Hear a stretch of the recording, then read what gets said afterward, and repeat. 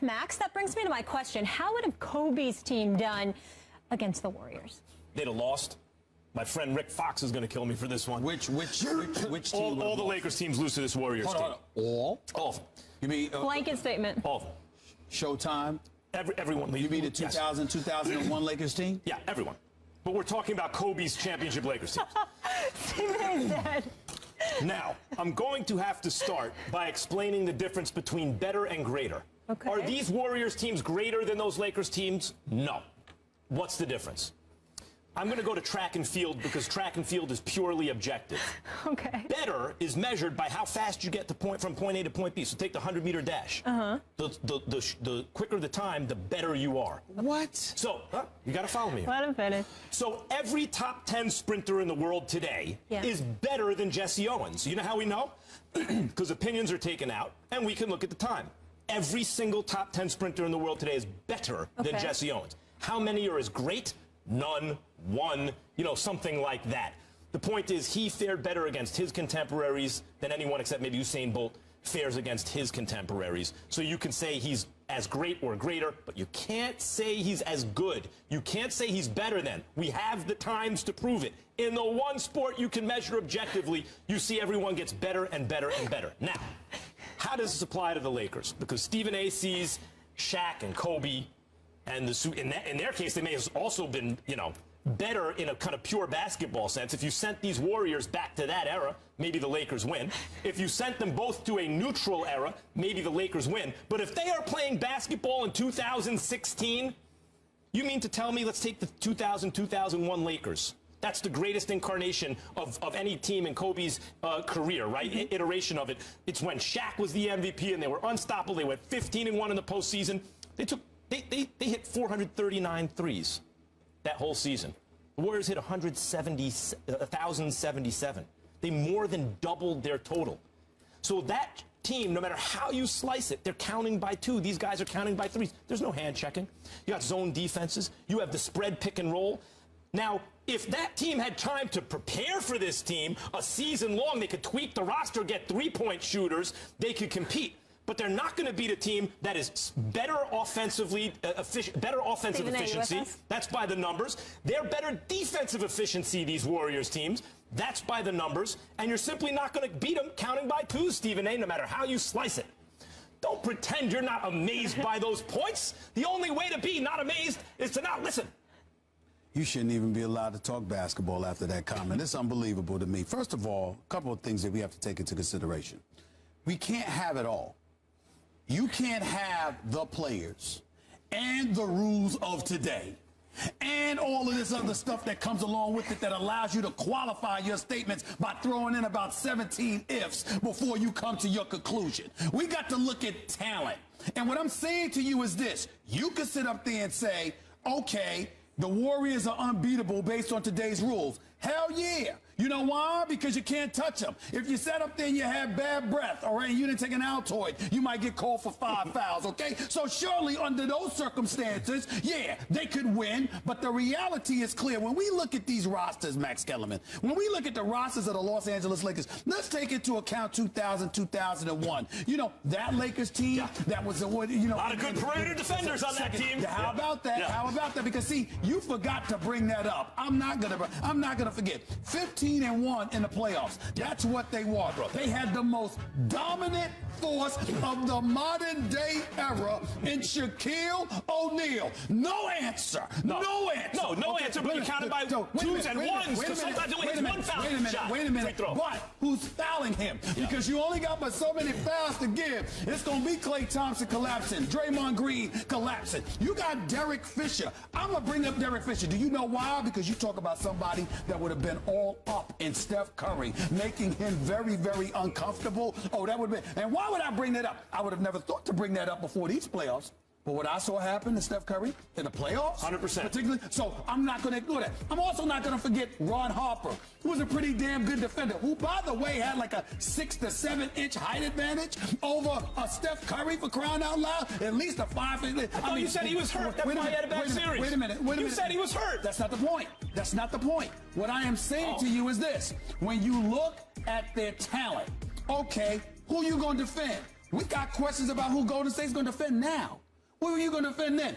And by the way, I just said all of these things. Where are they playing? Hold on. Where are they playing? Time out. I just said all of these things. I didn't even get to Kobe. I didn't even bring up Kobe. I didn't even get to Kobe yet.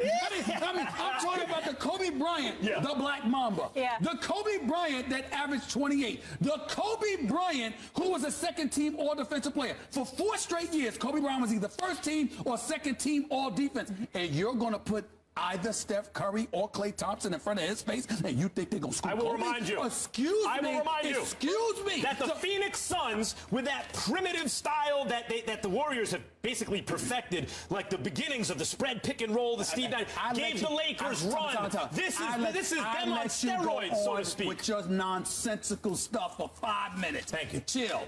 That Kobe Longest stuff 5 minutes I ever had on this show. That Kobe Bryant with those 5, you can say maybe you didn't deserve it. Maybe you didn't deserve it. The point that I'm trying to make to you is this. That was years later with Phoenix. We talking about 2000, 2001. When are they playing? Are they playing today or are they playing then? That's my point. Yes. You sat up there. Today. You sat up there today. Yes. My point to you is this. You can get called for a foul for having bad breath. Right. Kobe, So you agree? Shaq. So you agree today they wouldn't win? No. I don't agree with that. Oh, so Because what I'm saying to you is this. What I saw in the playoffs that was allowed was more emblematic of what took place years ago than what takes place in today's game. They're not beating the Los Angeles Lakers. They make it interesting, but they're not beating Shaq and Kobe. Yeah. Shaq's counting by 2s and sometimes 1s. He only hits 1 out of 2. They're counting by 3s. It's math. It's arithmetic. You know what? Okay. All right. I mean, the Lakers. From now on, you know what? I got a right to talk boxing. We have a right to talk boxing. Possibility that Tony Romo could be done.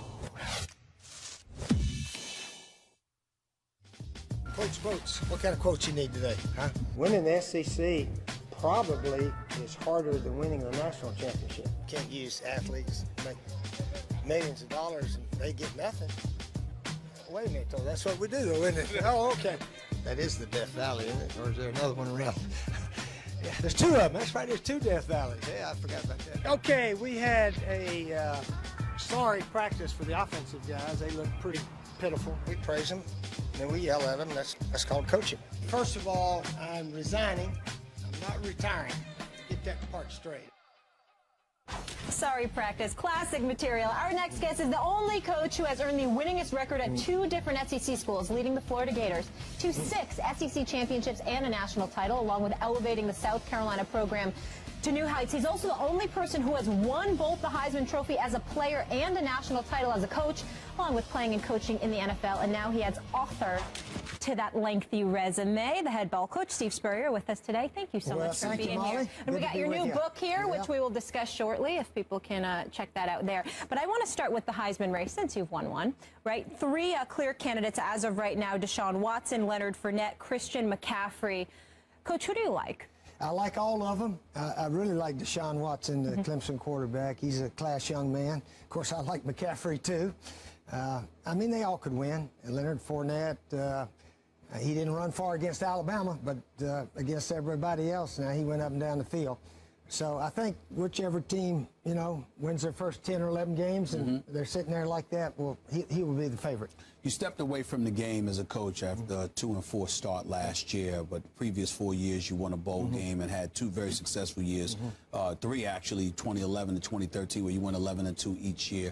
I want to know how much, what is it like for you, rather, right now, watching the game and not coaching? Well, Stephen A., mentally, I prepared for this, I think. I really do. I knew I couldn't coach forever. Very fortunate to go 30 years as a head coach. People ask me all the time, how'd you last so long? And my comment's usually, well, I didn't get fired, is usually why. And and we won. We won. We didn't cheat. And hopefully the ability to get along with people helped me to last that long. But fortunately, my alma mater, University of Florida, got me back as an ambassador consultant. I get to hang around football practice a little bit. Coach McElwain, he'll ask me a few questions, and I can make some suggestions, but that's about it. So anyway, so I got a team. I got the Gators, and, you know, I still pull for South Carolina, pull for Duke. But Florida is my school now, and I'm fortunate to be associated with them. Why was it important for you to write the book now, Coach? Well, I heard one time somebody said, if you don't write your book and tell your story, somebody else will. So I've had a few books written about me. Most of them are really pretty good. but some of them are not all accurate. So this is, in my words, Buddy Martin, who's written some books for Terry Bradshaw and did one with Urban Meyer, is my writer. I've known him for close to 50 years.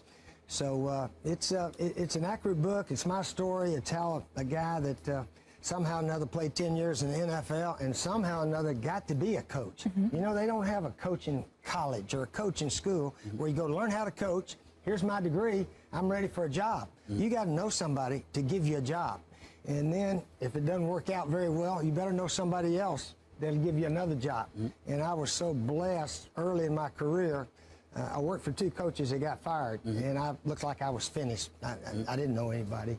But Doug Dickey hired me, and then Pepper Rogers, and then Red Wilson at Duke University. And why do I love Duke University so much? They hired me twice when they had no job. So that's one of my favorite schools, certainly. You talked about writing the book because if you don't tell your story, somebody else will. Talk to me first about what is it that you wanted people to know about you that they otherwise didn't know. I think, Stephen A., just how fortunate and blessed I was all the way through, really, my life. Growing up, a kid in East Tennessee, my dad was a Presbyterian minister. I always had small churches. So, I mean, he raised 3 kids on about $4,000 to $5,000 a year, which was plenty because we didn't need a lot of money. But then we moved to Johnson City, a bigger town, play the highest level of high school competition. So I was able to go through there, play football, basketball, baseball. And then Ray Graves offered me a scholarship coming to Florida. And just some choices in life and some sort of miraculous, some people call them divine appointments, where you just say, thank you, Lord. We won this game that led to this. Opening doors. You know, in sports, you win that one crucial game. Sometimes you start losing again. But if you win that big upset and then you go on and win a conference championship, that's really special and something you remember for a lifetime. What portrayal of you has been most inaccurate and most annoying to you of all the things that have been said about you over the years? Oh, I try not to pay too much attention to all of that because I read in one of the Attila the Hun leadership books that the more success you have, the more criticism you'll get from your enemies, your opponents. So I really haven't let that too much bother me. And I really think I've got really all good friends in the coaching business. Even the Georgia fans sort of like me now because I'm finished coaching. Some of the FSU fans may still be a little upset because of what happened that last year when, actually 20 years ago, when they tried to knock Danny Warfel out of the game. They tried to hurt quarterbacks, and I just didn't think that was part of the game, so I said something about it. And fortunately, we got the rematch with them there in the Sugar Bowl. But I think it's a pretty accurate book, and it's just, you know, there's a lot of blessings and good fortune that I was able to have along the way. Thank you for sharing your story with us. Before we let you go, I wanted to get your thoughts. Earlier, we were discussing Colin Kaepernick sitting during the national anthem. If he was on your team, how would you have handled that? I would say he has a right to do what he has to do, and sometimes it's not up to all of us to agree or disagree. But that's something that he wanted to express, and that's what he did, and he certainly got the attention of the world doing it. I remember when I first got the job at South Carolina, I was at a function, and I said, we need to take that dang flag down in front of our Capitol, the Confederate flag. I said, it does no good for our state. And, oh, man, you can't talk about that. You can't. Well, if somebody asks me, I'm going to give my opinion. And fortunately, well, not fortunately, but unfortunately, a terrible event caused the flag to come down just last year. Real quickly, what about your thoughts? You came over here and commented immediately following our segment about Ezekiel Elliott. You have no problems with him going to the marijuana dispensary? I mean, what are your thoughts about that, sir? On a game trip. Yeah, let me tell you, Stephen A., what I always told our team. I said, fellas, if you want to smoke pot, you can't play on this team. Simple as that. And you just can't do it. It's against the rules. And I'm not here to debate whether it's right or wrong, but you can't smoke pot and play college football. And when your playing days are over, if you want to go smoke pot, I can't control that. But as long as you're on this team, got to follow the rules. Yeah, and we're going to have drug tests, and that's just a rule. So you got to get used to it. The NFL guys, I don't know if they got ways to get around it. I don't know all the answers, but don't blow your career by breaking the rules. Yep. Okay. Coach, thank you so much. Again, check out his book, Head Ball Coach, My Life in Football, in stores now. Always great to see you. Thank you so much for the time.